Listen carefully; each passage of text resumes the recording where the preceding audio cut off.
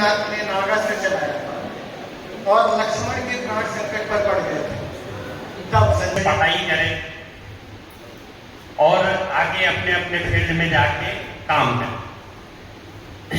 अभी हमने ये देखा है कि हमारे युवा साथी बहुत बहक रहे, बिगड़ रहे।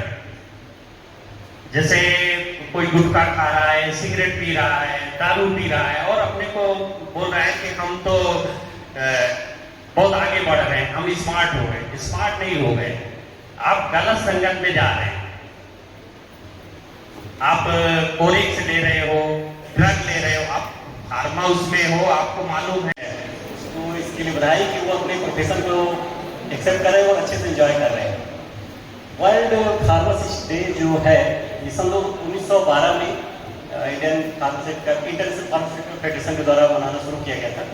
और इस बार की जो थीम है think of health, think of pharmacist. इसका मतलब ये हुआ कि जब भी आपको हेल्थ की बात करना है तो आपको फार्मासिस्ट के बारे में सोचना ही है। तो डेफिनेटली जब हम सोचते हैं भाई दवाई जाएंगे, डॉक्टर के पास जाएंगे और दवाई लिखेंगे, दवाई खाएंगे, तो डेफिनेटली फार्मासिस्ट के बारे में सोचेंगे दवाई देगा कौन?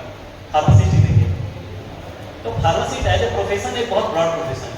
केवल दवाई देना काम नहीं है, इसका काम है कि ड्रग डेवलपमेंट हो, प्रॉपर ड्रग बने, नई ड्रग बने, उनकी फार्माकोडायनेमिक फार्माकोकाइनेटिक सही रहे।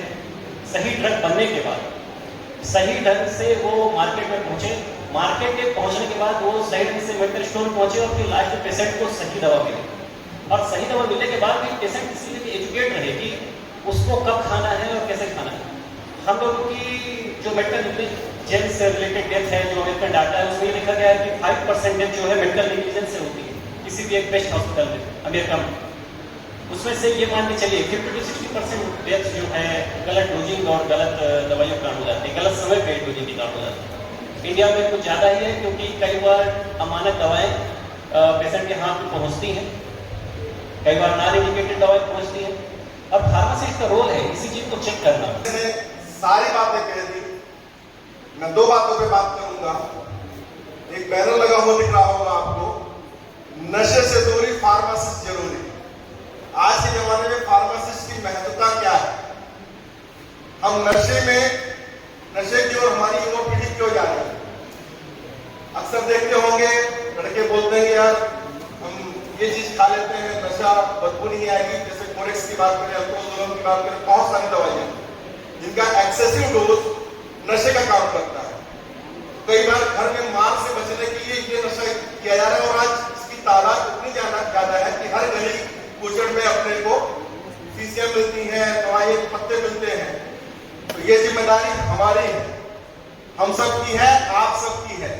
तो मैं समझता हूं कि आपको और हमें ये प्रण लेना होगा कि हम एक घर की जिम्मेदारी ले लें, हमारे पड़ोसी की जिम्मेदारी ले लें, तो शायद बहुत हद तक हम नशे की रोकथाम में लगाम लगा सकते हैं। लेकिन एक दवा देने का काम एक फार्मासिस्ट का होता है। फार्मासिस्ट सिर्फ दवा देने वाला